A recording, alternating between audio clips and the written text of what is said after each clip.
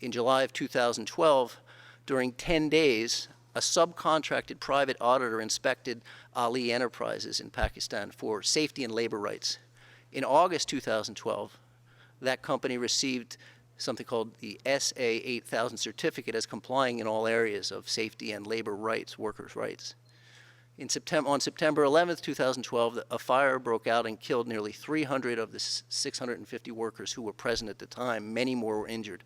Major companies and brands and buyers and suppliers in supply chains are using different versions of paid private auditing and certification to manage risk and to protect their image. However, when these programs are described primarily as workers' rights or advocacy workers or defensive workers, I think it's quite inaccurate. The thing going on right now that I would highlight is the way that the supply chains are run in what some of us have come to call a Walmart model.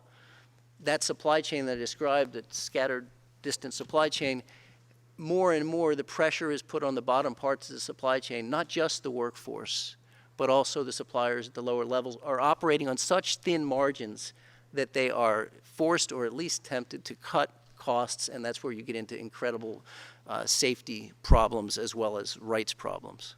With the Ran Plaza was that, in fact, some of those garment factories in that building had received a seal of approval from BSIC, which is a European-based certification scheme. Their excuse was that they don't really audit for the integrity of buildings. You're going into a factory or a building that is meant to be 4 floors and is 9 floors.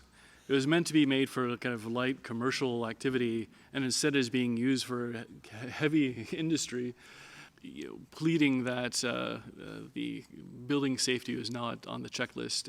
I think it's a very thin excuse. We're putting all our efforts now into, first of all, the work on the Bangladesh Accord, which we believe is the way forward, joint cooperation, binding agreement between unions and companies together, and hopefully also with the Bangladeshi government playing their role, doing their part in this deal.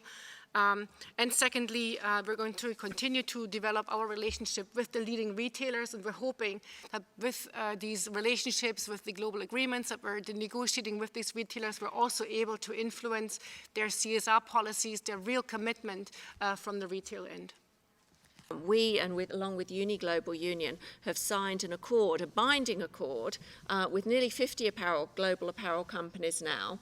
And this is our attempt to actually work with the companies to put protections in place that will actually deliver something for workers. And it's different in 2 senses. One, because it is a joint initiative between companies and unions, and we will ensure that unions involved on the ground in Bangladesh from day one.